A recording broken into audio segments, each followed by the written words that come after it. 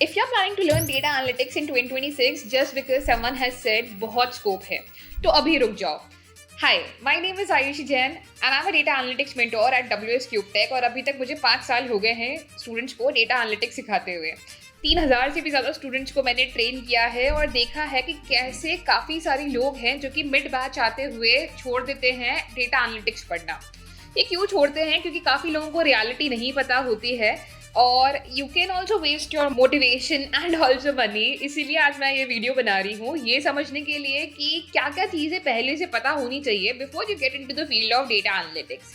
तो आज की इस वीडियो में हम कुछ पॉइंटर्स को एड्रेस करने वाले हैं, जिसमें से फर्स्ट पॉइंटर है रिक्वायरमेंट इन दी मार्केट, की मार्केट में कितनी रिक्वायरमेंट है.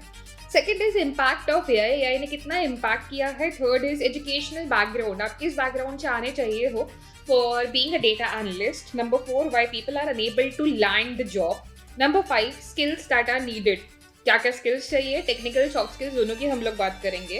Right way to land a job, because देखो सफिशिएंट नहीं होता है कि आपने पढ़ लिया और आपने जॉब के लिए अप्लाई करना चालू कर दिया और आपके पास जॉब्स आने लगी. नहीं, right now in the market of 2026 it takes more than that. Lastly मैं आपको बताने वाली हूँ वो तरीके जो कि आपको मार्केट से स्टैंड आउट करने में हेल्प करेंगे, क्योंकि देखो ये वीडियो थाउजेंड्स ऑफ लोग देख रहे होंगे और ऐसी काफ़ी सारी वीडियो है इंटरनेट पे जो कि काफ़ी लोग देखते हैं और अपनी जर्नी स्टार्ट करते हैं और डेटा एनालिस्ट बन भी जाते हैं. बट क्या उनको मार्केट के अंदर सेट अपार्ट करता है, यही समझेंगे आज की इस वीडियो के अंदर. So without wasting more time, let's get started.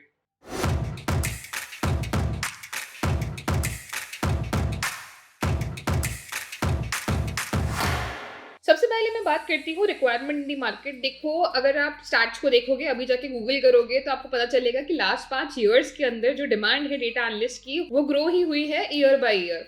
And अभी भी अगर आप लिंक्डइन पे जाके चेक करते हो, क्योंकि जस्ट मैंने चेक किया है, वहाँ पे 5000 से भी ज़्यादा जॉब है. प्लस आज की डेट की अगर मैं टुडे की बात करूँ तो 200 से भी ज़्यादा जॉब मिलेगी, जहाँ पे आपको अच्छी अच्छी कंपनीज के अंदर, just check it out guys, अच्छी अच्छी कंपनीज के अंदर डेटा एनालिस्ट की जॉब्स मिलेंगी.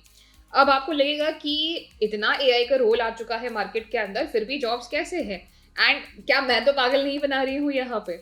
तो उसके लिए भी एक चीज़ बताती हूँ. देखो काफ़ी रिसर्च हमने भी की हुई है, काफ़ी एआई टूल्स का यूज़ हमने भी किया हुआ है. बट एक चीज़ जो कि अभी तक इतने एक्सपीरियंस में समझ में आती है, AI is actually really very helpful. In what ways? In automating the basic manual task. ये जो अभी तक हम लोग रिपोर्ट्स बनाते थे, रिसर्च करते थे, इनसाइट्स निकालते थे, पैटर्न्स निकालते थे, उसमें एआई काफ़ी हेल्प कर देता है. आप ही लोग काफ़ी यूज़ करते होंगे कि डेटा को क्लीन करना है तो एआई से हेल्प ले ली, डेटा के अंदर मैनिपुलेशन करना है एआई से हेल्प ले ली, फॉर्मूला बनाने हैं डैक्स के formulas, SQL queries, you can take help from AI. Last में अगर डैशबोर्ड को अपलोड भी कर दोगे चैट जीपीटी या जेमिनी पे तो वो तुम्हें इनसाइट्स भी निकाल के दे देगा. ऐसा भी हमने काफ़ी कुछ किया है. बट अब ये चीज़ समझो कि रियल कंपनीज में ऐसा नहीं होता है. आप वहाँ पे डैशबोर्ड नहीं अपलोड कर सकते, आपके इंपॉर्टेंट नंबर्स है वहाँ पे आपको खुद को स्ट्रगल करना पड़ेगा to find the insights out of data. And if आप करते हो तो that would not be the right. दूसरी चीज़, आप बेसिक चीज़ें करवा सकते हो. आप जो आपका रेगुलर का मैनुअल टास्क है जिसको आप डेली बेसिस पे ऑटोमेट करवाना चाहते हो वो आप करवा सकते हो. तो एआई का इम्पैक्ट है, बट वो आपको और ज़्यादा पावरफुल बना रहा है, आपकी एफिशिएंसी को और ज़्यादा बेटर कर पा रहा है. तो अगर आप अभी भी ये सोचते हो कि सिर्फ डेटा क्लीनिंग सीख के, डेटा मॉडलिंग सीख के, डैशबोर्ड बनाना सीख के आपको जॉब मिल जाएगी, तो नहीं. वो चीज़ें अब एआई कर पा रहा है, आपको बिजनेस इम्पैक्ट्स के ऊपर ध्यान देना पड़ेगा. तो that is one important part here. तीसरा पॉइंट जो कि मैंने यहाँ पे मेंशन किया वो है educational background. Guys listen to this from my experience. अभी तक मैंने बताया आपको कि मैं 3000 से भी ज़्यादा स्टूडेंट्स ट्रेन किया है, and trust me on this कि उसमें से 2000 से भी ज़्यादा लोग नॉन टेक्निकल बैकग्राउंड से आए हैं. आर्ट्स, कॉमर्स, अगर उन्होंने बैचलर्स की भी हुई है तो बीएससी, बीकॉम, बीसीए किया हुआ है. देखो हर कोई इंजीनियरिंग आज के टाइम पे नहीं परस्यू कर रहा है. हाँ पहले करते थे लोग, बट आज के टाइम पे नहीं कर रहे हैं. They are more running towards the skill sets. तो अगर आप अपना एजुकेशन के अंदर बहुत ज़्यादा टाइम नहीं इन्वेस्ट किए हो तो भी कोई दिक्कत नहीं है. अगर आपने कोई बेसिक सी डिग्री करी हुई है तो भी सफिशिएंट है. डेटा एनालिस्ट ऐसा रोल है जहाँ पे आपकी डिग्री काम में भी नहीं आएगी. रीज़न बीइंग, मैं अपना एग्जाम्पल भी दे देती हूँ. I have done civil engineering और अब मुझे 5 साल हो चुके हैं एंड काफ़ी सारे प्रोजेक्ट्स के ऊपर मैं काम कर चुकी हूँ. तो as a civil engineer data में आना it was quite different for me. But ऐसा नहीं है कि जो मैंने सिविल में पढ़ा था वो कहीं पे भी काम आया, या जो लोगों ने कंप्यूटर साइंस में होते हुए कुछ पढ़ा है उनको कुछ काम में आने वाली है चीज़ें. क्योंकि हमने जो एजुकेशन की है इन डिग्रीज के अंदर, that is quite very different from what the actual background is और what the actual reality is. हाँ, अगर आपकी एजुकेशन डायरेक्टली, अगर अब आप एजुकेशन परस्यू करने वाले हो और अब आप प्लान कर रहे हो कि मैं डेटा एनालिटिक्स या डेटा साइंस या बिजनेस एनालिटिक्स में अपनी एजुकेशन परस्यू करूँ, जो कि अभी काफ़ी सारे कॉलेजेस ऑफर कर रहे हैं, then it would be an added advantage. But अगर ऐसा नहीं रहा है और आप फिर भी कंफ्यूज्ड हो कि आपने अपनी एजुकेशन तो कर ली है बट अब वो किसी भी स्पेसिफिक डोमेन के अंदर नहीं थी, तो that's not a problem guys. Data analytics एक ऐसी फील्ड है, चाहे आप कॉमर्स बैकग्राउंड से हो तो आपकी जो बिजनेस की नॉलेज है वो काफ़ी हेल्प करती है, टेक्निकल बैकग्राउंड से हो तो प्रोग्रामिंग या लॉजिक्स के अंदर आप ऑलरेडी अच्छे होते हो, तो किसी बैकग्राउंड से हो, आपका बैकग्राउंड बहुत ज़्यादा इम्पैक्ट ना देने के बजाय आपको और पावरफुल बनाता है। तो बैकग्राउंड की यहाँ पे टेंशन मत लो। नेक्स्ट चीज़ जो कि हम यहाँ पे डिस्कस करेंगे इज़ कि आप लोग देखते होंगे आपके अराउंड काफ़ी सारे लोग हैं जो कि डेटा एनालिटिक्स में अपना करियर बनाना चाहते हैं, बट फर्स्ट कहाँ पे जाते हैं? फर्स्ट हैं इन लैंडिंग अ रोल।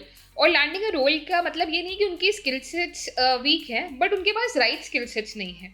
देखो, मैं खुद जैसे अपने एक्सपीरियंस से बता रही हूँ कि काफ़ी सारे स्टूडेंट्स हमारे बैचेस में या कहीं पे भी डेटा एनालिटिक्स पढ़ना स्टार्ट करते हैं। मेरे पास कितनी सारी रिक्वेस्ट आती है लिंक्डइन पे भी, जहाँ पे किसी ने रोड मैप तो पूछा कि मैम क्या क्या चीज़ें पढ़नी है एसक्यूएल के लिए, एक्सेल के लिए। तो मैं उनको पहले बताती हूँ कि एक्सेल पढ़ लो, फिर नेक्स्ट आ जाना, मैं कुछ प्रोजेक्ट्स बता दूंगी। और 6 महीने तक मेरे पास कोई रिप्लाई भी नहीं आता है, क्योंकि स्टूडेंट्स वहीं पर स्टक हो जाते हैं। देखो, हर कोई मोटिवेशन में स्टार्ट तो करता है learning, but at the and cover नहीं कर पाता है। तो इट्स नॉट लाइक कि जॉब्स की कमी है, बट ऐसे लोगों की भी कमी है जिनके अंदर एक्चुअली वो स्किल सेट्स है। एक कोर्स पूरा कंप्लीट करना, चाहे आप पेड कोर्स कर रहे हो, चाहे आप यूट्यूब से फ्री में पढ़ रहे हो, वो कोई प्रॉब्लम नहीं है, बट उसे पूरा कंप्लीट करना, प्रोजेक्ट्स बनाना, वो पेशेंस रखना, कंसिस्टेंसी रखना, डिसिप्लिन रखना, हर कोई नहीं कर पाता है for a long period of time. And देखो, अगर आप कोई नई स्किल सीख रहे हो तो टाइम तो लगता ही है, हर चीज़ जल्दी नहीं हो सकती। So that is the reason why not a lot of people are able to land the jobs, because market में जॉब्स भी हैं बट राइट स्किल सेट्स आपके पास नहीं है। तो अब वो राइट स्किल सेट्स क्या क्या हैं उनको भी डिस्कस करते हैं। मैं यहाँ पे सबसे पहले टेक्निकल स्किल सेट्स की बात करती हूँ। देखो, एक्सेल आना नॉन नेगोशिएबल है, एक्सेल आना ज़रूरी है। आप एज अ डेटा एनालिस्ट काफ़ी सारा टाइम एक्सेल पे स्पेंड करोगे। ऐसा नहीं कि हर बार आप कंपनी के बहुत बड़े डेटा के ऊपर काम कर रहे हो, जहाँ पे आपने क्लाउड प्लेटफॉर्म से कोई डेटा को कॉल किया या डेटा बेसिस से डेटा को कॉल किया, उसके ऊपर रिपोर्ट बनाई। कई बार आप छोटे छोटे सेक्शंस में भी काम करते हो, छोटे छोटे टास्क को भी डील करते हो, जहाँ पे एक्सेल की आपको काफ़ी फ्रीक्वेंट रिक्वायरमेंट होती है। तो एक्सेल आना आपको ज़रूरी है। एक्सेल के अंदर बेसिक चीज़ें जैसे कि फॉर्मूलाज आना आपको ज़रूरी है। अच्छा, पावर क्वेरी एडिटर से ऑटोमेशन कराना आपको आना ज़रूरी है। आपको डेटा मॉडलिंग करना आना ज़रूरी है, चार्ट्स बनाना, जिससे कि आप बेसिक विजुअलाइजेशन वहाँ पे करा सको। और मैं नहीं कह रही कि एक बार में एडवांस बन जाओ, पहले बेसिक सीखो, ग्रेजुअली एडवांस चीज़ों पे काम करोगे। एक बार को एंटर भी कर जाते हो एक छोटी जॉब के ऊपर just by learning the formulas and the basics of Excel, तो आपके लिए ग्रेजुअली हायर लेवल पे जाना इतना डिफिकल्ट नहीं होगा। देखो, स्किल्स पे आगे बढ़ने से पहले मैं आपसे शेयर करना चाहती हूँ about WS Cube Tech's data analytics mentorship programme. ये प्रोग्राम ने काफ़ी सारे लोगों को हेल्प की है to land their dream role. And शायद अगर आप भी ऐसा हैं जो कि डेटा एनालिटिक्स फील्ड के अंदर ट्रांजिशन करना चाहते हैं, तो शायद ये आपको भी हेल्प कर पाए। ये कोर्स हमने काफ़ी सारे एफर्ट्स के बाद इंडस्ट्री मेंटोर्स के साथ मिलकर बनाया है। इस कोर्स के अंदर हमने मेक श्योर किया है कि जो भी आपको लर्निंग मिले वो इंडस्ट्री लेवल हो। हम बहुत सारे डिग्रीज देखते हैं, हम कितना कुछ पढ़ के आते हैं, वो डिग्रीज हमें कोई काम नहीं आती हैं, क्योंकि बेसिकली जो पढ़ा है that is not what a company is asking for. वो स्किल सेट्स मांगते हैं और ये स्किल सेट्स हम आपको इस कोर्स के थ्रू देना चाहते हैं। इस कोर्स में हम कवर करने वाले हैं वो सारे टूल्स जो कि आपको एक डेटा एनालिस्ट बनने में हेल्प करेगा। हम आपको हेल्प करेंगे to create your portfolio, your LinkedIn, your resume. हम लोग मेक श्योर करेंगे कि आप लोग इंटरव्यू रेडी हो, जहाँ पे हम लोग आपके मॉक इंटरव्यूज कराएंगे। सो बेसिकली ये प्रोग्राम आपको सिर्फ टेक्निकल स्किल्स के लिए रेडी नहीं, बट आपको इंटरव्यू रेडी भी बनाएगा। इस प्रोग्राम के अंदर हम लोग मेक श्योर करेंगे कि आपको एक जॉब मिले, जिसके लिए हमारी प्लेसमेंट असिस्टेंस टीम है जो कि आपको हेल्प करेंगी to land a role. Apart from that और भी काफ़ी सारी चीज़ों से पैक्ड है ये पूरा कोर्स। अगर आप इसके बारे में और भी जानकारी जानना चाहते हैं then the link is given in our description, check it out now. Second tool जो कि मैं यहाँ पे बताऊंगी which is SQL guys, another non negotiable tool for the role of data analytics. Because see, जब आपका डेटा आता है ये डेटा बेसिस के थ्रू आता है, अगर क्लाउड प्लेटफॉर्म्स के थ्रू भी आता है, किसी बिग डेटा टूल से भी आता है, मोस्ट ऑफ द प्लेसेस के अंदर SQL का यूज किया जाता है to pull the data. Meetings में बैठे हो, आपसे पूछ लिया कि आज सुबह से कितनी सेल हो गई या लास्ट हफ्ते में कौन सा प्रोडक्ट सबसे ज़्यादा बार बिका। अब उसके लिए पूरा डेटा तो किसी डैशबोर्ड पे लेके नहीं जाओगे और उस पर एनालिसिस नहीं करोगे, आप सीधा SQL के अंदर ये सारे काम कर सकते हो, जिसे हम लोग बोलते हैं एडहॉक एनालिसिस। तो SQL आना बहुत इंपॉर्टेंट है गाइस, SQL पे आप नेगोशिएट नहीं कर सकते हो, it's another non negotiable skill. Third number पे आता है पावर बीआई या टैबलो। कोई भी विजुअलाइजेशन टूल एक सीख लो, it is more than sufficient, दोनों पे भगने की जरूरत नहीं है। और दोनों में से मैं कोई बेस्ट भी नहीं बताऊंगी कि टैबलो सीख लो वो बेस्ट है, पावर बीआई सीख लो वो बेस्ट है। दोनों अपने लिए, दोनों अपनी जगह पे बेस्ट है। बट हाँ, ये मैं ज़रूर रेकमेंड करती हूँ कि एक्सेल सीखा है तो पावर बीआई कर लो, क्योंकि वो तुम्हारे लिए ज़्यादा ईजी रहेगा। एक्सेल में तुमने जो जो चीज़ें सीखी है, जैसे कि power query editor for data cleaning या फिर डेटा मॉडलिंग, यहाँ पे भी वही चीज़ें होंगी विच कुछ एडिशनल चीज़ें एज वेल, जैसे कि यहाँ पे फॉर्मूला लैंग्वेज के लिए डैक्स आ जाता है, तो तुम्हें डैक्स आना ज़रूरी है। तो पावर बीआई के अंदर भी पहले क्लीनिंग सीखो, मॉडलिंग सीखो, रिलेशनशिप्स के बारे में समझो, फिर उसके बाद डैक्स सीखो। डैक्स के थ्रू आप लोग मेजर्स बना सकते हो, कॉलम्स बना सकते हो, टेबल्स बना सकते हो, एंड देन चार्ट्स बनाना सीखो। This is all that you need to learn in Power BI. हाँ, इन टूल्स के अंदर ना थोड़ी थोड़ी थ्योरेटिकल नॉलेज भी सीखना, जैसे कि एसक्यूएल में आपसे क्वेश्चंस पूछे जा सकते हैं, सीक्वल और नो सीक्वल डेटाबेस में डिफरेंस क्या होता है, नॉर्मलाइजेशन क्या होता है। पावर बीआई में पूछे जा सकते हैं रो लेवल सिक्योरिटी क्या होती है, इंक्रीमेंटल रिफ्रेश क्या होता है, गेटवे क्या होता है। ये बेसिक से क्वेश्चंस हैं जो कि हर इन टूल्स के अंदर स्टार्टिंग में एज अ थ्योरेटिकल क्वेश्चंस पूछे जा सकते हैं। तो ये सीखने काफ़ी इंपॉर्टेंट है। तो थर्ड मैंने यहाँ पे बात की विजुअलाइजेशन टूल के बारे में। फोर्थ में यहाँ पे बात करती हूँ पाइथन के बारे में। देखो, अब सफिशिएंट नहीं है कि आप सिर्फ बेसिक एनालिसिस कर पाओ, ये बाकी टूल्स भी कर पा रहे हैं। थोड़ा थोड़ा आपको प्रिडिक्टिव एनालिटिक्स की तरफ भी मूव करना चाहिए।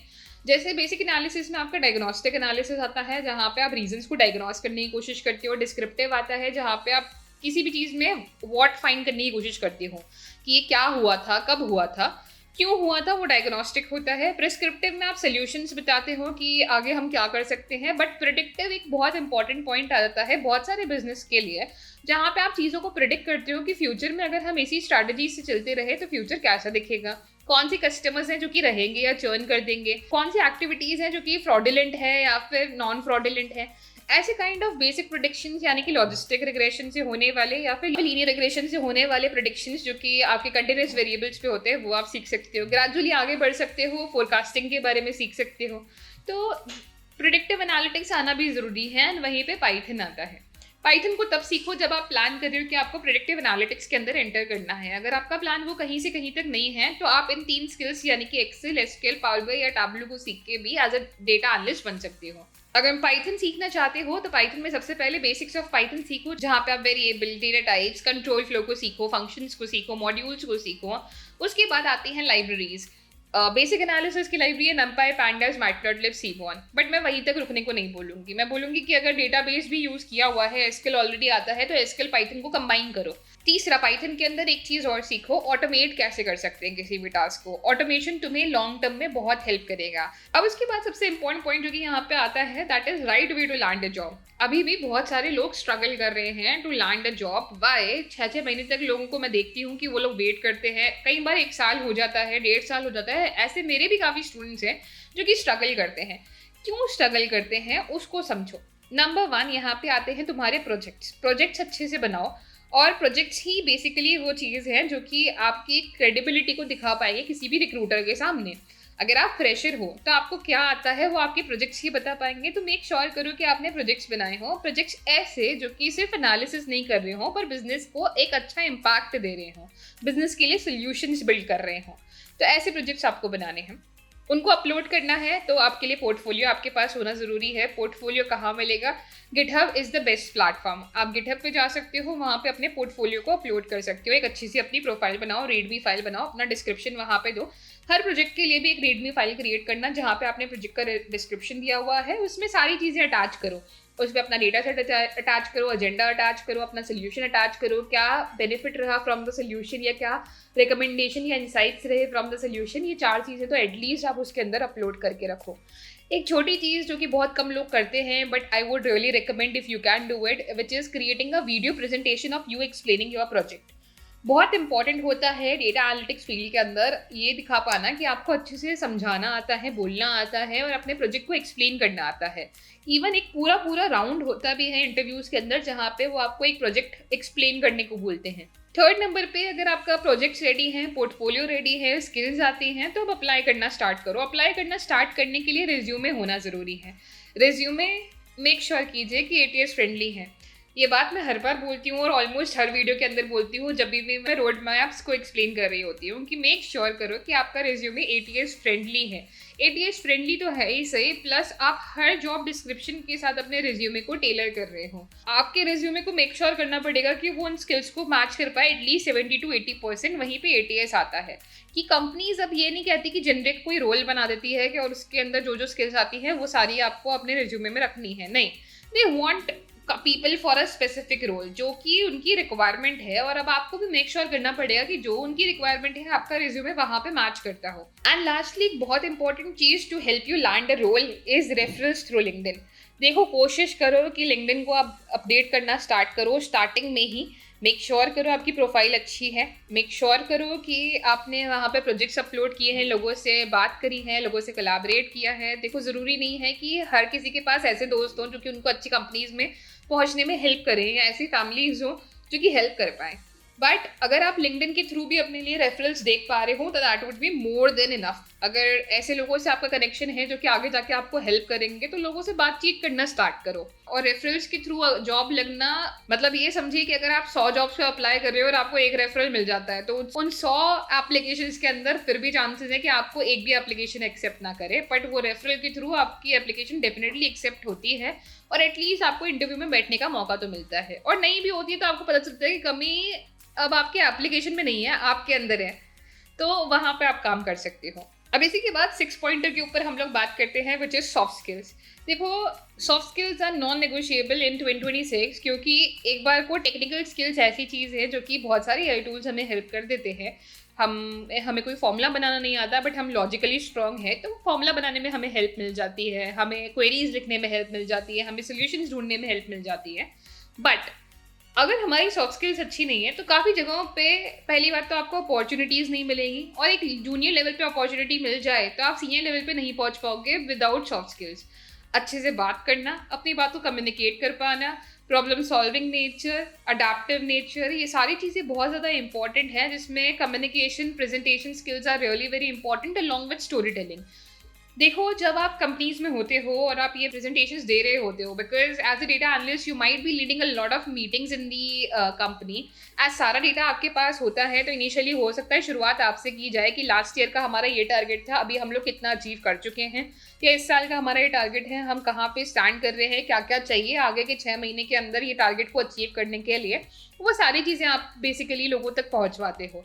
अब ये पहुंचवाने से पहले you need to make sure that you have good communication skills, because अगर आप ओवरली टेक्निकल चीज़ें बोलोगे अपने प्रेजेंटेशन के अंदर तो बहुत सारे लोग ऐसे हैं जो कि नॉन टेक्निकल बैकग्राउंड से होंगे, आपकी ऑपरेशन टीम्स का लीड, आपके सेल्स टीम का लीड, आपकी मार्केटिंग टीम का लीड, उनको शायद वो टेक्निकल टर्म्स नहीं पता, बट अगर आप इस वे में समझा पाओ कि उनकी टीम तक वो बात पहुंच पाए और वो उसके ऊपर काम कर पाए, that is what communication and storytelling is. So you need to make sure you need to work upon communication and storytelling where language is not a barrier. अगर आप हिंदी में अच्छे हो तो हिंदी को फ्लुएंट बनाओ, अगर आप इंग्लिश में अच्छे हो तो इंग्लिश को फ्लुएंट बनाओ। ग्रेजुअली इंग्लिश तो सीखना ही है। देखो, अगर अच्छी कंपनी के अंदर रोल चाहिए तो they would be looking at how you speak in कौन सी लैंग्वेज में आप बात कर रहे हैं। तो मेक श्योर कीजिए कि आप इनिशियली पहले तो हिंदी में आप बात करना अच्छे से सीखिए, फिर वो अच्छा अगर आपका हो जाता है तो आप ग्रेजुअली इंग्लिश की तरफ मूव कर सकते हो और इंग्लिश में धीरे धीरे फ्लुएंसी लेके आओ।